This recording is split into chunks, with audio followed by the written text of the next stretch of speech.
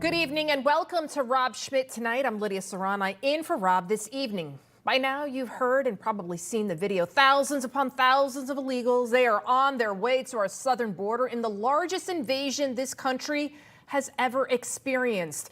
Even more unprecedented is that this invasion is being aided and abetted by the same man who swore an oath to protect and serve this country, President Joe Biden. The number of illegals that we know of crossing the southern border into the United States in 2023 alone has now surpassed the populations of 17 states combined. 17. This according to data from the U.S. Customs and Border Protection.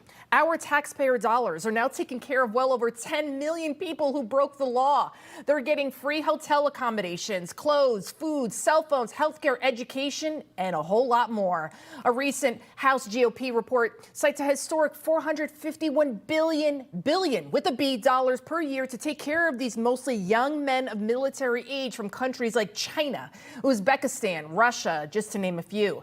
The financial strain now becoming unbearable for big blue cities like New York City and Chicago. Could this invasion finally be the final tangible breaking point for the Democrat voter? The most Google searches for migrants by state. Look at all these states, Phil. They're all blue states. Illinois is 1, New York is 2, Massachusetts is 3, New Jersey is 4, Colorado is 5, and of course, there's been a lot of talk about the migrant crisis in both Illinois and New York, and it seems like even voters in those states, very blue states, states that Democrats win in general elections almost always, they are focusing on this issue as well. Isn't it interesting? The Biden administration is purposefully importing, incentivizing these third world young men to come here illegally. Yet at the same time, Democrats moan and complain about having to take care of all of them. Here's Chicago Mayor Brandon Johnson now begging for immigration reform. We have reached a critical point in this mission that absent real significant intervention immediately, our local economies are not designed and built to respond to this type of crisis. We are literally building a system as we go along. Wait a second. I thought Joe Biden was going to be the great unifier. I thought Democrats had all the solutions to all the problems in all the worlds, right? And when in doubt, blame the white man, specifically MAGA. Remember when New York City Mayor Eric Adams said that this migrant crisis was a result of MAGA, Trump supporters? Take a listen. But let's be clear. This mess is Trump-like Republicans' mess. Real immigration reform. You know, I'm hearing those who coming out saying Eric is right, Eric is right. But don't pick half of what you say I'm right on. Pick the other half. That Trump Republicans created this mess. Trump Republicans created this mess. You know what? It doesn't get any messier than Mayor Adams. There's a famous Albanian saying that goes like this: you can't eat with 2 spoons. Try it. You can't eat with 2 spoons in your mouth. All these Democrat leaders, they want to demonize Trump, but the American voter is finally waking up. Sure, under Trump, we had immigration issues, but nothing like what we're seeing now. We were building a wall. We had the stay in Mexico policy, which meant people had to remain in Mexico until their U.S. court date. Now the court date is like 20 years in advance.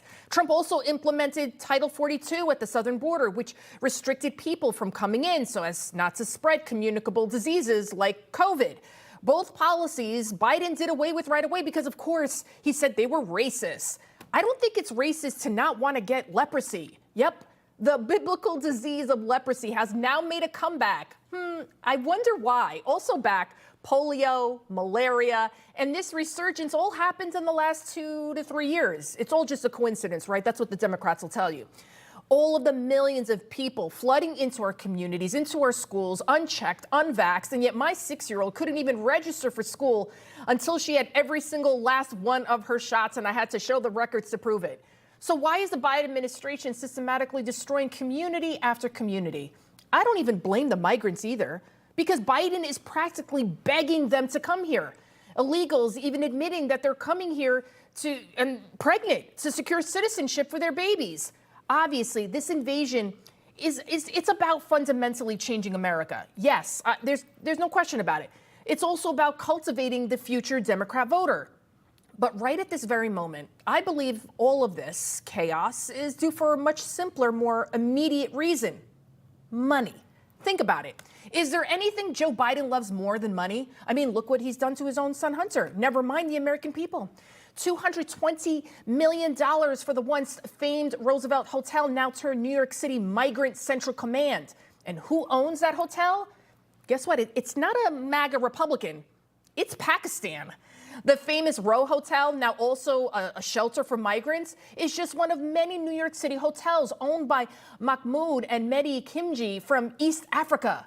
Most of these hotels are owned by major corporations located in the Middle East and China. How about all of the other federal contracts being awarded to non-governmental organizations, aka NGOs, worth millions upon millions of dollars? We know the amount of spending on this illegal invasion is now well into the billions, hundreds of billions of dollars. You think no one is skimming off the top? You think there's no kickbacks? I am not naive, and clearly neither are you. That's why you're watching the show. Listen, I am all for immigration, legal immigration. I wouldn't be here if not for legal immigration. Probably you wouldn't be here either. My parents, they fled a communist nation. It was either come here to the U.S. or starve. I couldn't speak English in kindergarten, but here I am talking to all of you because my parents, they followed the laws and they love this country, as do I. Does Joe Biden love America? No. If he did, he'd stop this madness. He could easily declare national emergency at the border on fentanyl alone. Why is it that every single move Biden makes, America loses and our adversaries win? Whenever the government or anyone in power does something that defies common sense, think of these three simple words: follow the money. As the old saying goes, it's not money that's the root of all evil. It's the love and pursuit of it.